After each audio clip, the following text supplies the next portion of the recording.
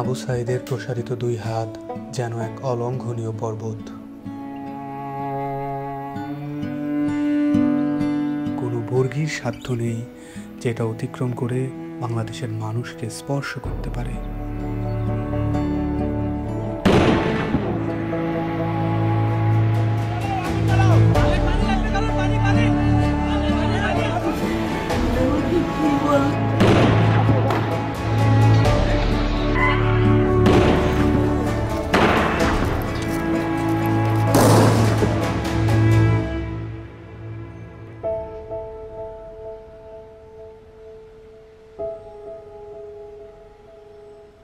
জুলাইয়ের পর থেকে বাবা প্রতিদিনই রাস্তার আশেপাশে হাঁটাহাঁটি করেন। কখনো আবার নির্বাক দাঁড়িয়ে থাকেন। উনি সামনের দিকে তাকিয়ে থাকেন, কিন্তু আসলে কোনো দিকেই তাকান না।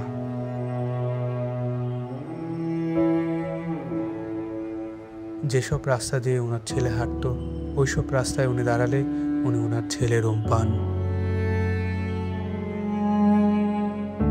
আমার ছেলে মৃত্যু অবস্থায় যখন দাফন দিতে নিয়ে যাবে, এর আগে যখন দেখছি যে হাসতেছে, সে হাসতেছে, হাসি মুখ অবস্থা। ইভেন্টের কাজ করতো, শুধু বাপেরে কিভাবে একটু সাহায্য করে। কোনো আজে বাজে আড্ডাতে ছিল না। ওই সারাদিন শুধু কলেজ থেকে আসা ও একটুখানি বিকেলবেলা একটু বন্ধু বান্ধব নিয়ে ক্রিকেট খেলতো, ক্রিকেটের পাগল।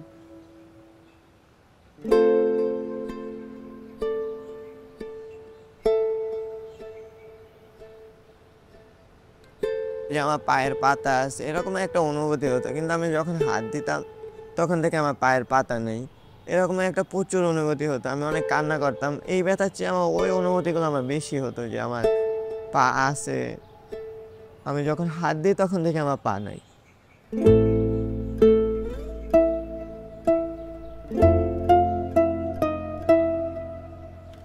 এই হসপিটালে আমি অল্প কিছুদিন হলো আসলাম। পা দিয়ে নতুনভাবে হাঁটা শিখতে আসছি, মানে ছোটকালে যেভাবে হাঁটা শিখেছে মা, ওই রকমের এখানেও হাঁটা শিখাচ্ছে আর কি।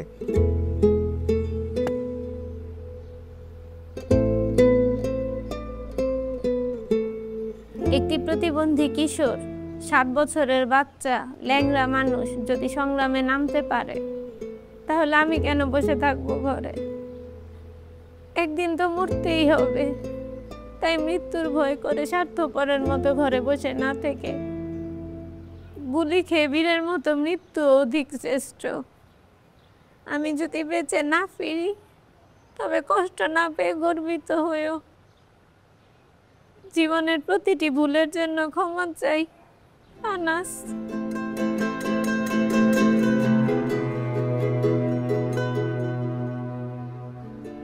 আমার সন্তানের বুকে গুলি লাগছে, আর তৃতীয়টা হয়েছে আমার কলিজায়। আল্লাহ পাক যতদিন আমাকে হায়াত দিছে, আমি এই হাহাকার নিয়ে বেঁচে থাকবো।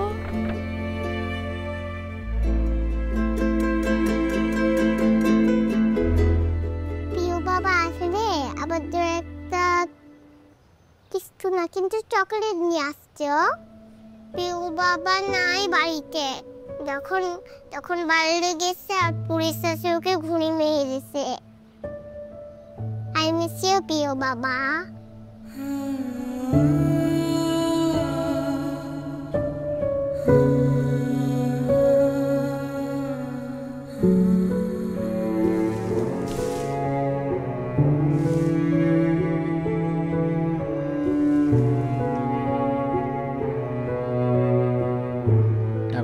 চেম্বারের মধ্যে বক্তব্য দিছিল যে আমরা কোনো সরকার বিরোধী আন্দোলন নয়, আমরা নিজের অধিকার আদায়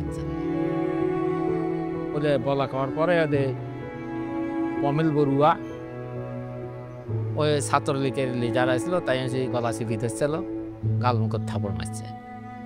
এখন ওই জন্যই ওর জেদ ধরে শহীদ হলো কি এখন ওটার ব্যাখ্যাটা আর আমি জানি না।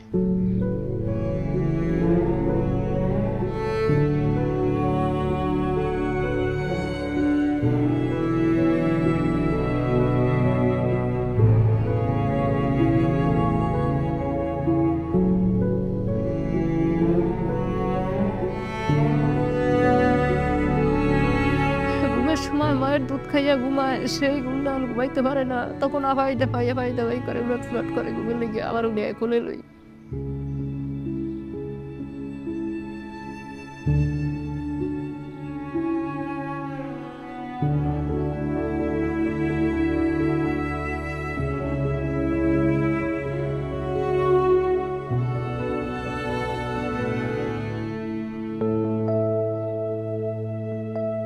এখানে এসে যখন দেখি যে এখানে সবসময় ভাইয়া পড়াশোনা করতো, এই বিছানাতে থাকতো, এখন যখন দেখি ও নাই তখন একটা শূন্যতা কাজ করে মনের মধ্যে।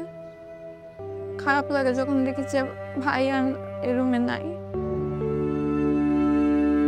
এই ছবিটা 18 জুলাই আমার আন্টি নাজিয়া খান ফেসবুকে পোস্ট করেছিল।